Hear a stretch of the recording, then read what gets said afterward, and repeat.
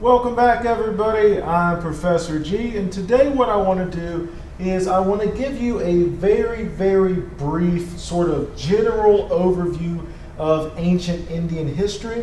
And I want to do this because we're going to begin our discussion of Hinduism and Buddhism, and I want to give you some sort of historical context so that way you can see sort of how and why these two religions developed the way they did, and perhaps even some insight into their particular beliefs.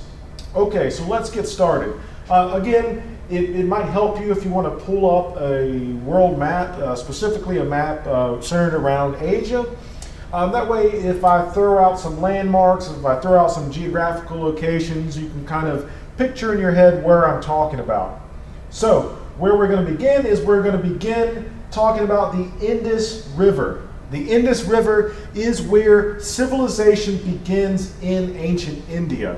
And we have some of the earliest examples of civilization in the world along the Indus River. Sites so old that they even rival Mesopotamia, the Mesopotamian cities that we talked about. Specifically, two cities stand out, the city of Harappa and the city of Mohenjo-Daro.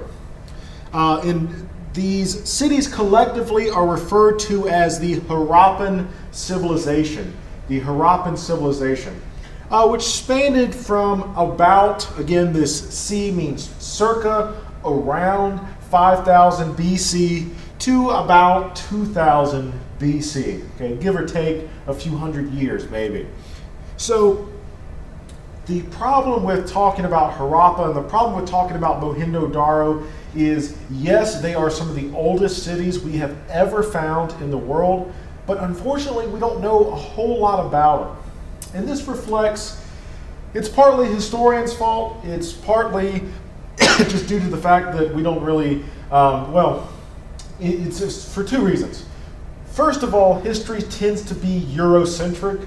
History tends to focus on Europe, and perhaps included in that the Middle East, largely in part due to the Bible, right? We want to find the biblical places. So we tend to ignore a lot of the rest of the world. So partly it's historians' fault. Second of all, both of these sites, both Mohenjo-Daro and Harappa, we've unearthed them, and we know that these were highly complex cities and that these were civilizations that had developed a system of writing. Unfortunately, we can't decipher that writing. We can't translate it. So while we can go to the city of Harappa, while we have unearthed their temples, for example, we don't know what they're saying. But still, that being said, we can gather a lot from the sites themselves. And from the sites themselves, not only is this one of the earliest examples of civilization, of cities that we have, but these cities were highly complex. These cities are laid out in a structured fashion. They're not just random buildings placed side by side. They had a plan to them. And this is also exhibited in how their homes were built. Their homes were built with plumbing capabilities. All right, just imagine this. We're talking 5000 BC, and these people had a rather sophisticated plumbing system. And you all, I imagine, know how important plumbing is. So this gives credence not only to the idea that they were an important ancient civilization, but that they're a very advanced civilization. And unfortunately, we don't know a whole lot about them. We have the artifacts, we have the archaeology, but the history of these people, again, is a mystery because we can't translate this language. So the Harappan civilization is the first civilization to appear in India, the first civilization to appear, again, right after the Neolithic Revolution. Beginning around 1800 BC, we start to see a decline in the Harappan civilization. We know that the Harappan civilization was trading with countries around this region, with civilizations around this region. There's evidence of Harappan trade with Mesopotamia, for example, perhaps even evidence of Harappan trade with Egypt. Around 1800 BC, we start to see a decline in that trade. Now, again, archaeologically speaking, we know that they're trading because we find goods from these different areas at this site. So by about 1800 BC, we start to see a decline in that trade. Now, something very interesting happens in 1500 BC globally. Well, not entirely globally. It happens in Europe, the Middle East, and Asia. And that is the Aryan migration of the Aryan people. Now, when I say Aryan, I don't mean blonde-haired, blue-eyed Hitler Aryans. Okay, Hitler has a way of making his appearance known even in ancient history. I'm not talking about the Hitler's Youth Aryans. The Aryans were a group of people from, if you got your world map, sort of the steppes of Russia, kind of around the Black Sea area-ish into Asia a bit. There's no like one solid geographical region, but they make their way down. In this case, they make their way down from the steppes of Russia through the mountains separating India from kind of the rest of the world, the Himalayas, into the Indus River Valley, into the subcontinent of India. And the Aryans bring about massive social, political, and economic change in India. Now, there's some scholarly disagreement, right? You may hear about the Aryan invasion or the Aryan conquest. Okay, we really don't quite know if it was a conquest, because conquest implies that, swords and shields and people raiding villages and murdering each other. Migration implies that these people, perhaps in waves, right, kind of slowly integrated themselves into Indian society. We don't know. Okay, it could be one or the other. There's very smart people backing either side there. But what we do know is that by 1500 BC, we have an Aryan presence, a distinct ethnic and religious group moves into India, and this group has a profound impact on Indian society. And it's no coincidence that the arrival of the Aryans marks the beginning of the Vedic age. Now, the Vedic age refers to the time period roughly from 1700 BC to 150 BC, and the Vedic age is named after the writings of the Vedas. And the Vedas are are the first religious writings, the first collected religious writings in ancient India. And it's going to be the Vedas that are the oldest Hindu writings. And the Vedas have a very distinct feel to them. The Vedas are primarily hymns. Okay, so we're going to be reading selections from the Bhagavad Gita, maybe even selections from the Upanishads. The Vedas are more, think more like churchy. Like you go to church and you sing like these 200-year-old hymns, and you do your prayers, and maybe you give an offering or something like that. This is what the Vedas are. A collection of hymns used by the priest, a collection of rituals. Okay, so you come into the temple, this is how you're supposed to behave, this is what you're supposed to do, these are the types of sacrifices you're supposed to make. So Vedic religion is very ritualistic, very cultic is the religious terminology. Again, cult, not like drink the Kool-Aid type cult, but cult as in religious practices, okay, what religious people actually do. And so this is important because the Vedic age is going to be very, very different from the religious reforms that happen in the 6th century, that start to happen in the 6th century. So in the Vedic age is written in a language called Sanskrit, and this we can translate, okay? Sanskrit, I talked about the Aryan influence. Sanskrit is the language that the Aryans spoke. It is brought by the Aryans into India, and this is essentially what kicks off, what jump starts the Vedic age. So the Vedas are highly ritualistic, but they also contain a lot of myths. Now, we've talked about myths before, but I want to stress What I mean by myths, because the word myth is an often, I don't want to say misunderstood, it's just that the word myth has a different meaning for us today in the 21st century than it did for ancient people.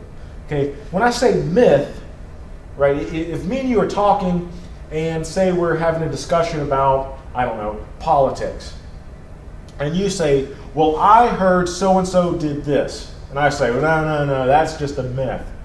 Okay, this is often how we use the word myth in our context. That implies that a myth it equates a myth to a lie, to an untruth, to something false. There's a negative connotation in our society with the word myth. Not so much. Okay, so when I say that the Vedas contain various Indian creation myths, I'm not saying that these stories are false. Okay, I'm not saying that they're a lie somehow. A myth in the ancient world is meant to convey some sort of truth, whether it's a truth about the human condition, a truth about our place in the universe, a truth about our society. Myths are meant to convey this in a way that everybody could understand. And so you have various myths in the Vedas. Probably one of the most significant of which, historically speaking, is the creation myth of the god Purusha. So, before civilization, before the world, there was Purusha. And Purusha sacrifices himself to the other gods. And out of Purusha's body, the universe is formed. The earth and the sky and the winds and the waters. But something interesting also happens in this myth. Out of Purusha, we also have the creation of the social caste, known as the caste system, a very integral part of Indian history. So, from Purusha's head, from his mind, the priestly caste is formed. From Purusha's arms, right, from his strength, the warrior caste is formed. From Purusha's midsection, from like the core of his body, you get the farmers slash merchants slash artisan caste. Okay, these primarily farmers, but also again artisans. Think skilled labor like leather workers, shoemakers, blacksmiths, this sort of thing. And from Purusha's thighs, from his legs, okay, you get the laborers, the poorest of the caste. And eventually, not quite yet, but eventually you're going to get a fifth caste, and that is the caste of the untouchables. Okay, so each caste corresponds to a part of Purusha's body, but not all castes are created equal. Okay, the priestly caste is the cream of the crop. They're the highest of the highest. The priests dictate the divine to humanity. The priests tell us about the gods. The priests make sacrifices on our behalf. So they have a very, very important role to play in society, perhaps the most important role to play. Underneath them, you have the warrior caste. The warriors are our protectors. They're our defenders. Without the warriors, we don't have civilization. Then you have the farmers, the growers of food, and then at the very, very bottom, you have sort of the poor, landless people who have to work day to day on these farms to make their living. So you have a hierarchical division of society. These castes are distinct, and you're born into them based off of an idea known as reincarnation, which we'll talk about when we talk about Hinduism. Okay? But you're born into these castes. These castes are determined by birth. And these castes are very different from our classes. Okay? You have a certain economic class that you belong to. Okay? The lower class, perhaps the poor, the working poor, the middle class. You've heard these expressions before. Well, in America, I can move up and down. Okay? I am in a higher class than my mother and my father was, because I'm doing better financially than they are. but perhaps maybe an unforeseen medical bill or unforeseen tragedy, and I'm now bankrupt, I drop classes. Okay, this is not, don't confuse these terms. They're two very, very different things. If you were born a warrior, you will remain a warrior for the rest of your life. There's no, I'm sick of being a warrior, I think I'm going to start farming now. None of that. Okay, there's no upward mobility, there's no downward mobility in this life. Now in the next life, that's another story. We'll talk about that later. Okay, so from the Vedas, we get this caste system. And we talk about the Aryan influence, and again, you can see the Aryan influence here, right? Because who brought this language? Who brought these religious beliefs? Who brought these practices? Who were the priests, do you think? Right? Some scholars suggest the Aryans. Not only this, but even back then, you start to get a sort of racial division amongst the castes. Right? If you look at pictures, or if you visit India, the untouchables, the people at the very, very bottom, tend to be darker skinned. So some scholars have taken this to reflect, to give credence to the idea of an Aryan invasion, the idea that the Aryans swept in, that the Aryans were the more light-skinned people, and that they subdued and conquered the native Indians, who were perhaps a little more dark-skinned. Again, this is open to interpretation, but what we do know is that we have the establishment of this caste system already.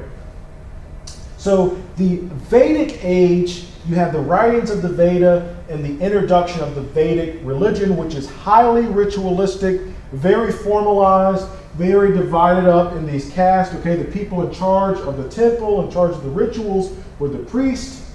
Everybody else kind of followed suit.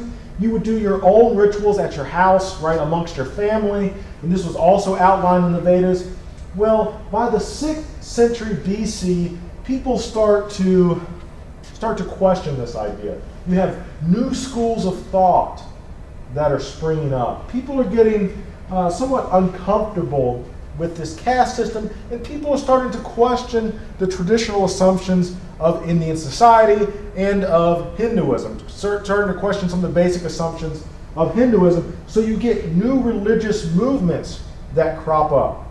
Perhaps the two most famous examples of these new religious movements is the first is Jainism. Again, this is growing out of traditional Hinduism. You have the development of Jainism and also of Buddhism. Buddhism, as you may or may not know, is a reformation movement. It's a reforming of, it's a trying to correct the problems of traditional Hinduism. So it is out of the traditional Hindu movement, it is out of this Vedic Hinduism that we get Jainism and Buddhism. Okay, so in the next video we're going to talk about the different beliefs. But we're going to focus on Hinduism and Buddhism and going to sort of outline the major principles, the sort of central theological tenets of both. All right, guys, hope this helps. Shoot me an email if you got any questions.